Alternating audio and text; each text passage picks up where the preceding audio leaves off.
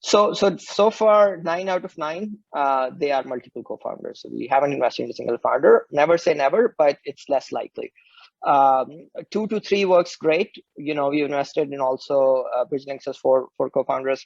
So somewhere there, I think anything more than 4 sounds like too many cooks in the kitchen.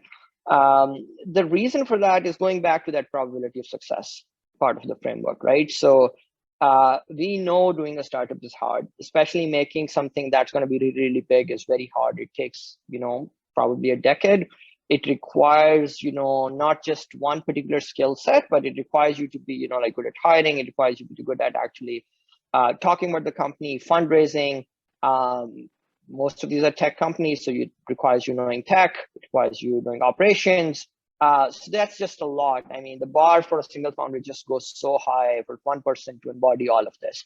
So the simplest reason is that skill sets divided over a group of 2, 3, 4 people actually is much more natural and more common. The second component of that is, the stress part of it. So founders do tend to be each other's support. It's stressful, it gets lonely.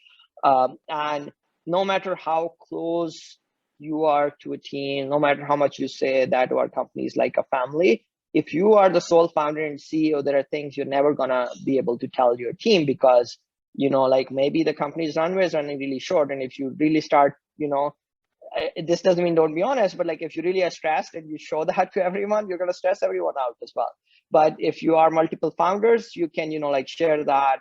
And I think that's a very important component. And the flip side of that is then if there are multiple founders, the probability of conflict is higher as well. So you want to make sure that, they get along and, the responsibilities are very clear and they're complementary skill sets.